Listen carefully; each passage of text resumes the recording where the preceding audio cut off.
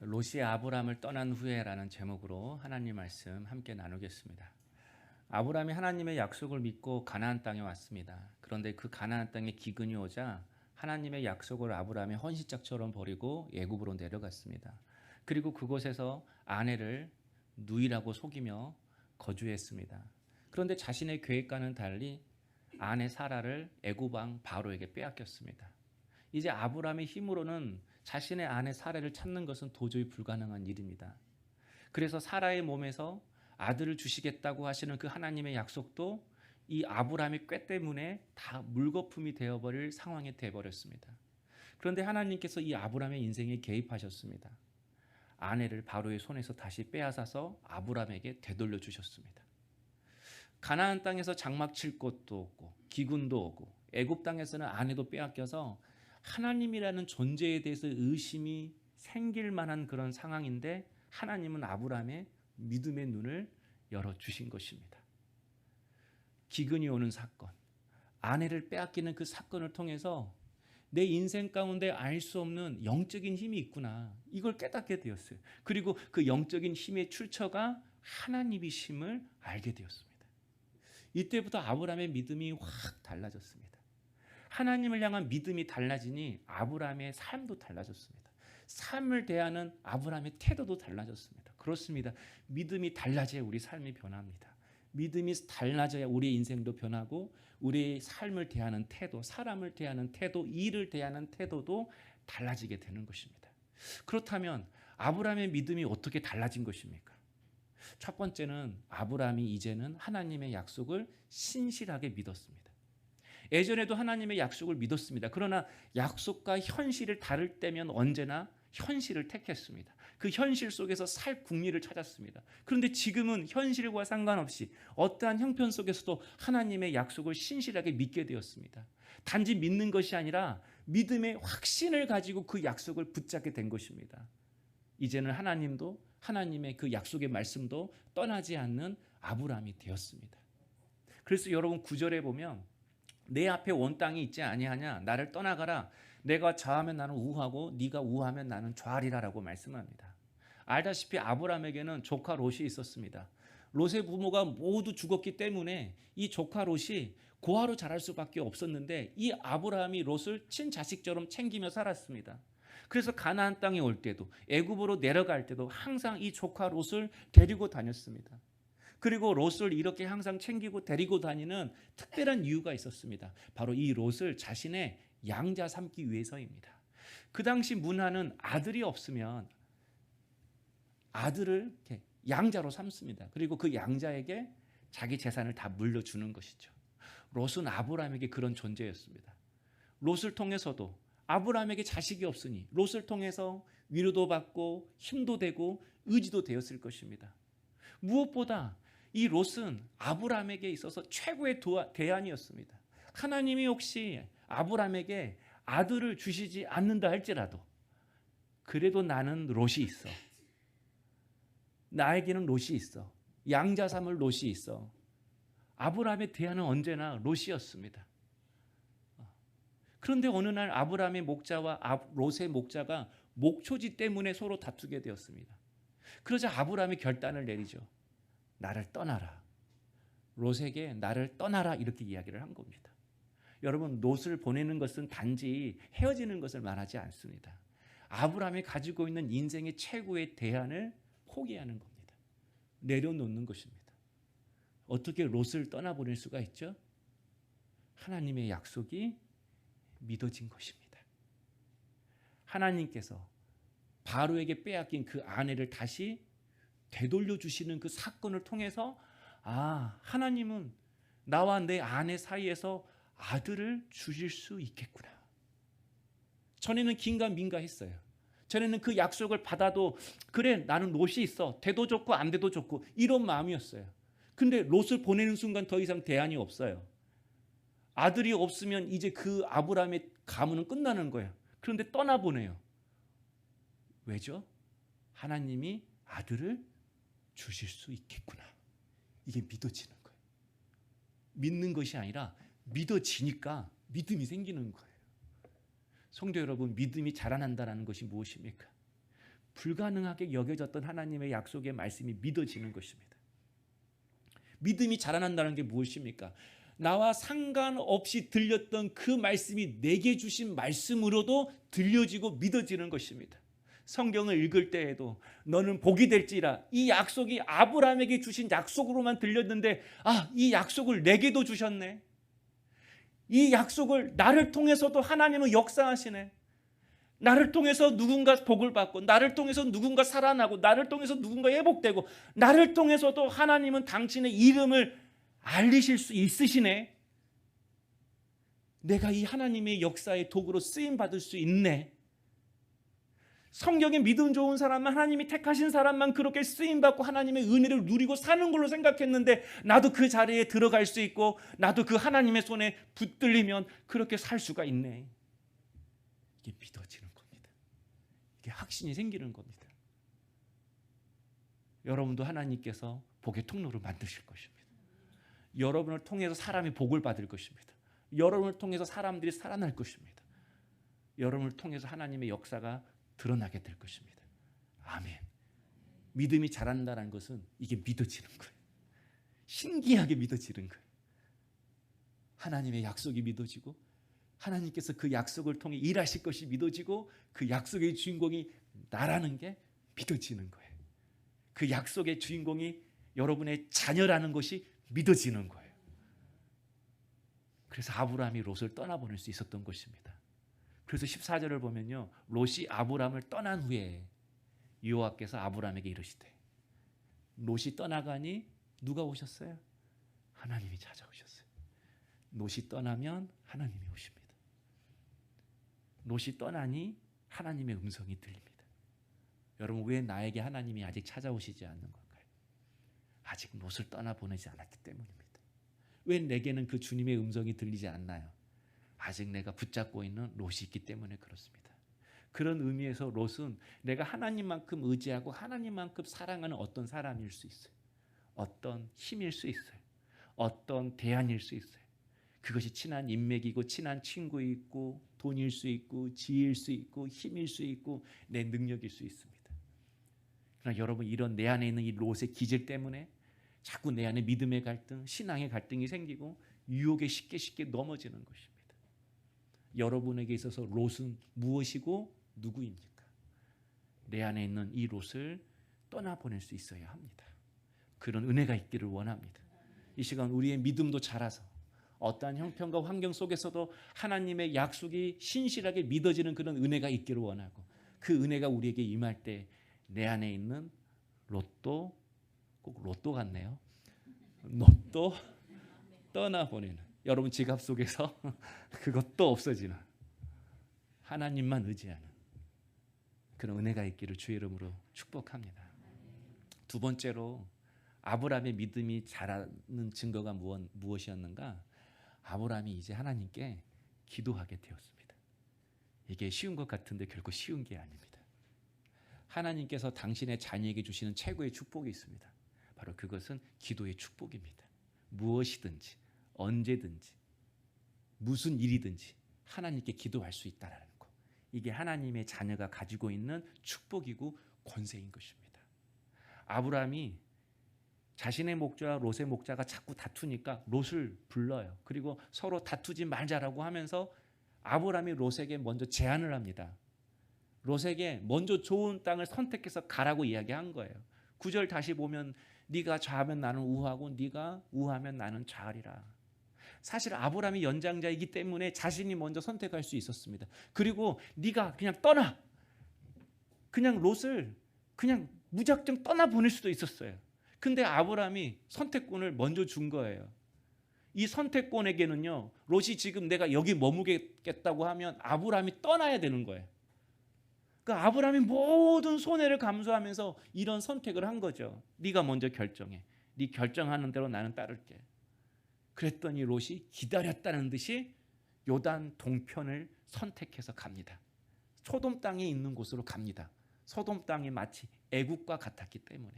그러니까 아브라함이 애굽에서 올라올 때 롯은 올라가기가 싫었던 거예요. 새로운 세상을 본 거예요. 아, 여기서 성공하면 되겠네. 아, 성공하면 되겠네. 올라가기만 하면 되겠네. 상위 1%만 되면 야 괜찮겠네. 올라가기 싫은 건데 아브라함이 가니 어쩔 수 없이 같이 간 거예요. 그런데 롯에게 기회가 생기니까 월커니 하고 롯을 떠나서 애국과 비슷한 소돔 땅을 향하여 갔습니다. 여러분 이때 아브라함의 심정이 어땠을까요? 부모 없이 고아처럼 자랄 수밖에 없었던 그 아이를 친자식처럼 키웠습니다. 어딜 가든지 데리고 다녔습니다. 자신의 재산도 나누어 주었습니다. 아브라함의 안중에는 항상 롯이 있었습니다. 롯이 걸렸습니다. 그런데 롯의 안중에는 아브라함이 하나도 없었습니다. 오직 좋은 목초지, 오직 많은 가축대. 이 롯의 관심은 애굽 땅에 있었습니다. 그래서 아브라함을 배신하고 떠난 겁니다. 그래서 롯은 세상의 가치관일 수 있습니다. 하나님을 믿지만 내 안에 있는 롯의 가치관을 가지고 살아가니 매 순간순간 결정할 때마다 갈등이 생기는 것입니다. 그러니 하나님을 멀리하고 때론 떠나기도 하는 것입니다. 그래서 여러분 14절에 보면요. 롯이 아브라함을 떠난 후에 여호와께서 아브라함에게 이르시되 너는 눈을 들어라고 말씀을 합니다. 이 말씀을 좀 언뜻 읽어보면 롯이 떠나니까 누가 찾아오셨어요? 하나님이 찾아오셨어요. 롯이 떠나니까 하나님이 곧장 찾아오셨다. 시간에 간격없이 이렇게 볼 수도 있지만 이 본문을 좀 자세히 좀 생각하면서 이렇게 묵상하다 보니까 롯이 떠난 사건과 하나님이 찾아오시는 그 사건 가운데 시간이 있었어요. 시간의 과정, 공간이 있었어요.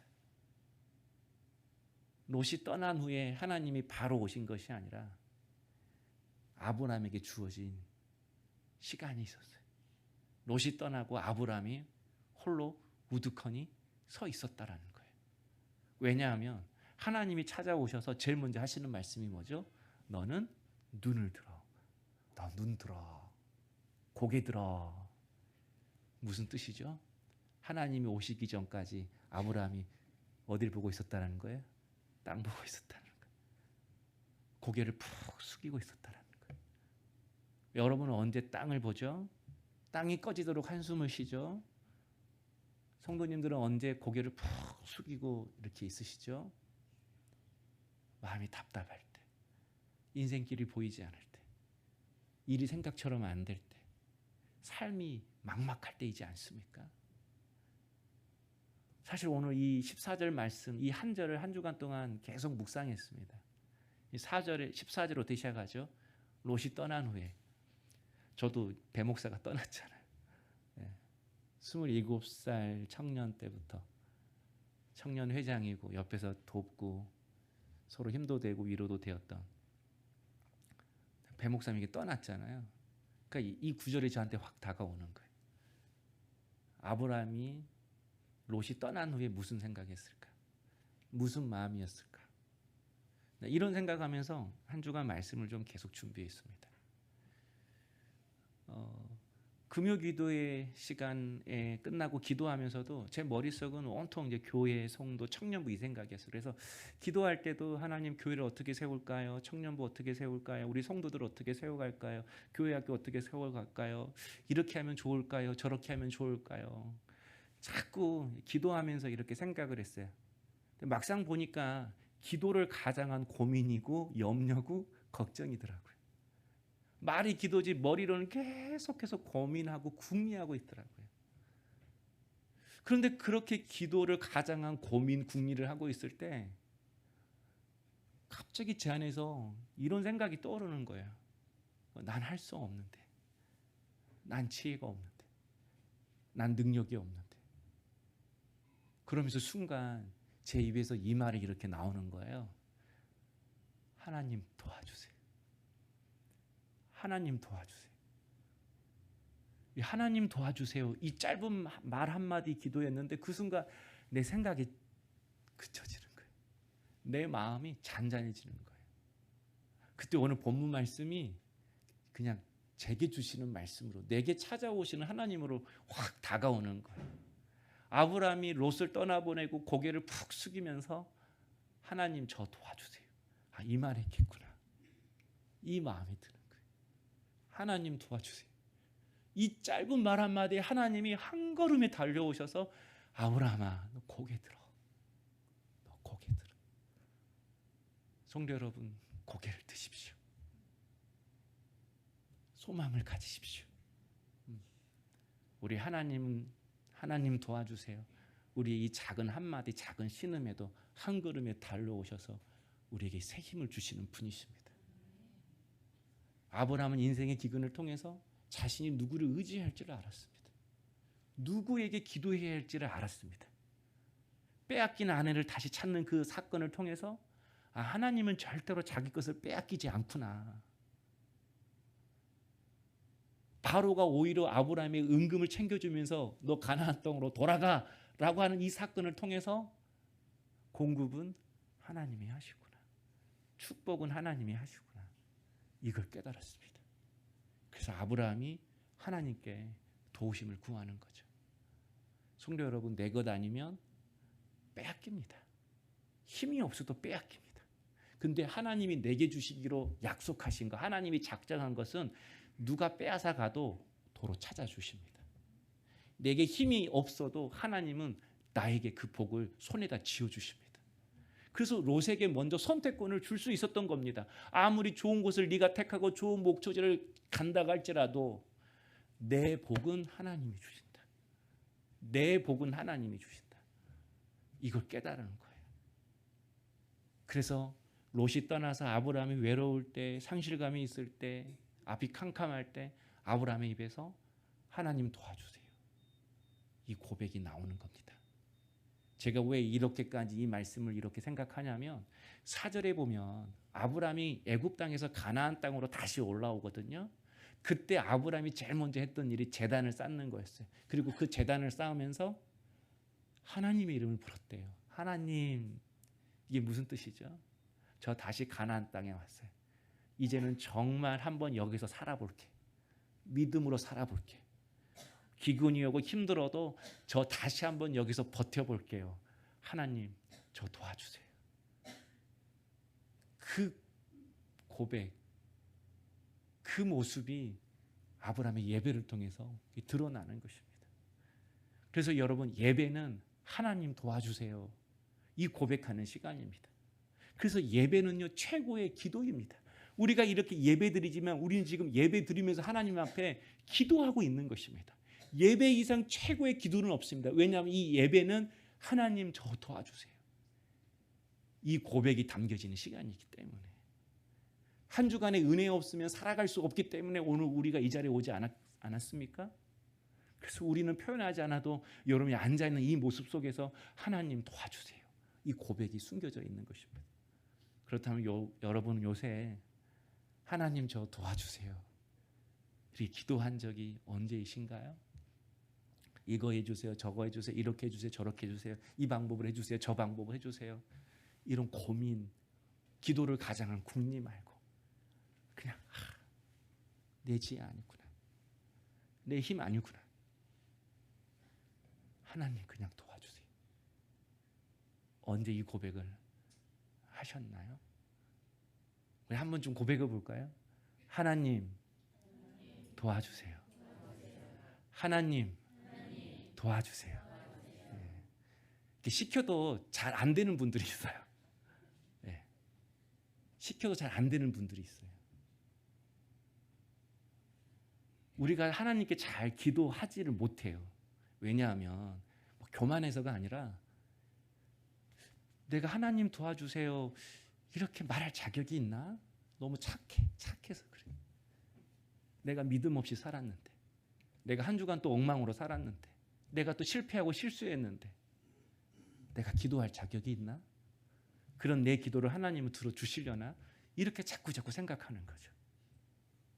그래서 하나님 도와주세요 이 말이 안에서 안 나오는 것도 있지만 내가 죄인이라서, 내가 너무 연약해서 이 말을 못하는 거예요. 성도들이 의외로 착하거든요. 정말 착하거든요. 여러분 착해요. 안 그런가요? 착해요. 정말 착해요. 제가 예전에 오래된 신학책을 구입하려고 했는데 오래돼가지고 품절인 거예요. 그런데 중고책 사이트에서 이 책이 있는 겁니다. 그래서 제가 그 책을 사려고 했는데 너무 비싼 겁니다. 오래되고 품절이다 보니까 이 판매자가 원래 가격보다 더 붙여서 파는 거예요. 그래서 제가 연락처를 알아서 좀 판매자한테 깎아달라고 했어요. 아니, 오래된 책이고 품절이니까 좀 깎아주세요. 너무 비싸요. 근데 죽어도 안 깎아주는 거예요. 끝까지 안 깎아주는 거예요. 그때 제가 한 가지 깨달은 게 있어요. 물건의 가치는 사는 사람이 결정하는 게 아니구나. 이거 깎아주세요. 내가 볼 때는 그 가치가 아니에요. 좀 더 깎아야 돼요. 절반은 깎아도 될 것 같아요. 근데 소유하고 있는 그 사람이 그 물건의 가치를 깎지 않으니까 그 값을 그대로 물고 있는 거예요. 나 이 가격 받아야 돼. 이 책은 이 가치 있어. 나는 안 그러는데 주인이 그렇게 생각하니까 그 가치를 물고 있는 거예요. 그래서 저도 결국은 사게 돼요. 그 가치로. 왜냐하면 주인이 그거라고 생각하니까. 그 가치라고 생각하니까. 아, 물건은 누가 뭐라고 해도 소유하고 있는 주인이 그 가치를 결정하는 거구나. 우리도 마찬가지인 것 같아요. 우리가 우리 자신을 볼 때 너무 하찮고 부족하고 연약한 것 같아요. 그러니까 우리가 우리 자신을 때로 그냥 도매값으로 넘겨버려요. 쉽게 포기하고 쉽게 자책하고 쉽게 자학하고 삶을 그냥 함부로 살아요. 에이, 그냥 나는 이 정도밖에 안 되니까 그냥 나 이렇게 살 거야. 자기 몸을 망가뜨리고 마음을 망가뜨리고 생각을 망가뜨리고 에이, 나는 그냥 원래 이 정도 수준이야. 그래서 그 정도의 수준에서만 자꾸 머무르려고 해요. 그렇지 않아요. 독일 나치들이 유대인들을 포로 수용소에서 가둬놓고 생체 실험을 한 거 알잖아요. 인간을 가격으로 매긴다면 얼마나 되는가, 이거 실험했대요. 인간을 가격으로 매긴다면 얼마나 되는가. 얼마일 것 같아요? 우리 자신이 얼마일 것 같아요? 뭐 장기 이런 거 합치면 뭐 몇 억 되려나요? 독일 나치들이 인간의 몸을 가지고 얼마인가 가격을 찾아봤더니 인간의 몸에 있는 지방으로 비누 7장 만들 수 있대요. 그리고 대못 하나, 그리고 2,000개의 성냥개비 만들 수 있대요. 제가 쿠팡에서 찾아봤어요. 비누 10장에 10,000원이더라고요. 대못 하나에 100원이더라고요. 600개 들어있는 팔각형 성냥통 3개에 10,000원이더라고요. 합이 31,100원. 31,100원. 독일 나치들은 유대인들을 31,100원으로 봤어요. 그러니까 31,100원으로만 대하고 치부해 버렸어요. 그런데 우리 가치가 이겁니까? 우리 가치가 이 정도밖에 안 됩니까? 우리가 우리 자신을 너무 하찮게 봐요. 너무 볼품없게 봐요. 그래서 쉽게 자살해요. 자책해요. 자신의 인생을 함부로 살아요. 그러나 하나님은 절대로 우리를 그렇게 보시지 않습니다. 하나님이 우리에게 매기신 가격이 있습니다. 우리가 물건을 살 때 10,000원 주고 사면 그 물건의 가치는 얼마죠? 10,000원인 거죠. 그런데 하나님께서 죄를 짓고 마귀의 종에 매여 살아가는 우리를 값을 주고 사셨어요. 값을 주고 되로 찾아오셨어요. 얼마를 지불하셨죠? 예수님의 목숨을 지불하셨어요. 우리는 단지 뭐 몇천 몇억의 존재가 아니에요. 우리는 예수님의 목숨값이에요. 우리는 그런 존재. 여러분은 그런 존재. 여러분의 자녀는 그런 존재인 거예요. 여러분의 배우자가 그런 존재예요. 우리가 때로 망나니 짓을 해도 믿음 없는 삶을 살아도 하나님은 절대로 우리 값을 깎지 않습니다. 우리 가치를 깎지 않습니다. 우리는 품절이에요. 우리 한 사람밖에 없어요. 하나님 앞에. 절대 우리를 버리지 않아요. 포기하지 않아요. 하나님은 사람들이 나를 보는 것처럼 나를 그렇게 보시지 않아요. 하나님은 언제나 예수 그리스도의 피값으로 우리를 보세요. 내 아들 주고 너 샀어. 나 너 죽는 꼴 못 봐. 나 너 죽는 꼴 못 봐. 그러면 여러분, 지금 우리에게 필요한 것은 어떤 능력이나 어떤 배경이나 어떤 상황이나 어떤 돈이나 어떤 힘이 아니에요. 하나님이 역사하실 수 있는 바른 믿음으로 지금 내가 서는 거예요.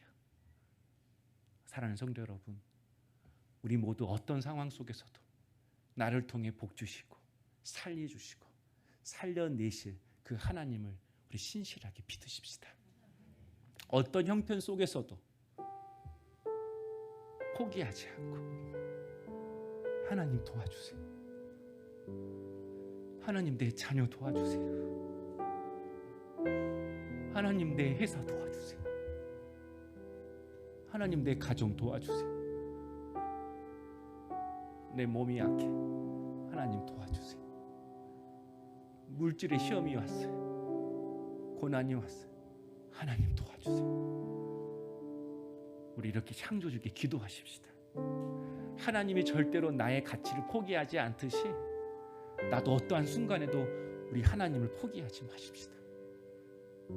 나를 포기하지 않는 그 하나님을 생각하시면서 우리도 어떠한 상황 속에서 이 말씀의 가치를 끝까지 붙잡으면서 말씀으로 세상과 타협하며 살지 마십시다. 오늘 또 나에게 복 주시길 원하시고 나를 통해 일하시길 원하시는 그 하나님을 신실하게 믿고 의지하며 찬양과 기도를 올려드릴 수 있는 우리 복된 성도님 될 수 있기를 주의 이름으로 축복합니다. 우리 함께 기도하겠습니다.